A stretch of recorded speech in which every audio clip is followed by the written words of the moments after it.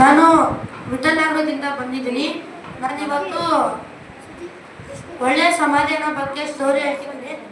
ಒಂದೂರಲ್ಲಿ ಒಬ್ಬ ಯಹೂದಿ ಅನ್ನೋ ಮನುಷ್ಯ ಇರ್ತಾನೆ. ಅವನು ಒಂದು ದಿವಸ ಎರಿಕೋವಿಂದ ಯೆರೂಸಲೇಮಿನಿಂದ ಎರಿಕೋವಿಗೆ ಹೋಗ್ತಿರ್ತಾನೆ.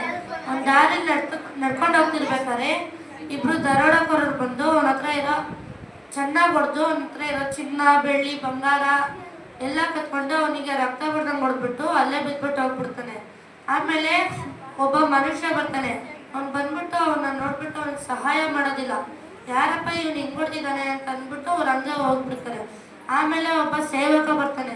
ಸೇವಕನು ಬಂದ್ಬಿಟ್ಟು ಅವನಿಗೆ ಸಹಾಯ ಮಾಡೋದಿಲ್ಲ. ಅವನು ಯಾರಪ್ಪ ಇವನಿಗೆ ಹಿಂಗ್ ಹೊಡ್ದಿದ್ದಾನೆ ಅಂತ ಅಂದ್ಬಿಟ್ಟು ಓಡೋಗ್ಬಿಡ್ತಾನೆ.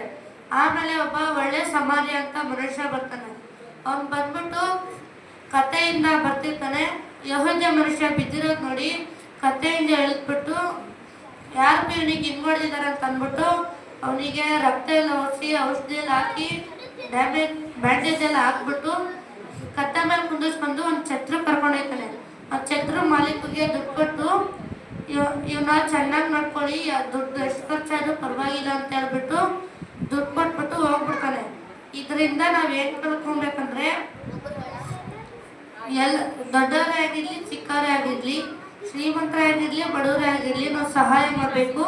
ಸಹಾಯ ಮಾಡೋ ಮನಸ್ಸಿರಬೇಕು. Thank you.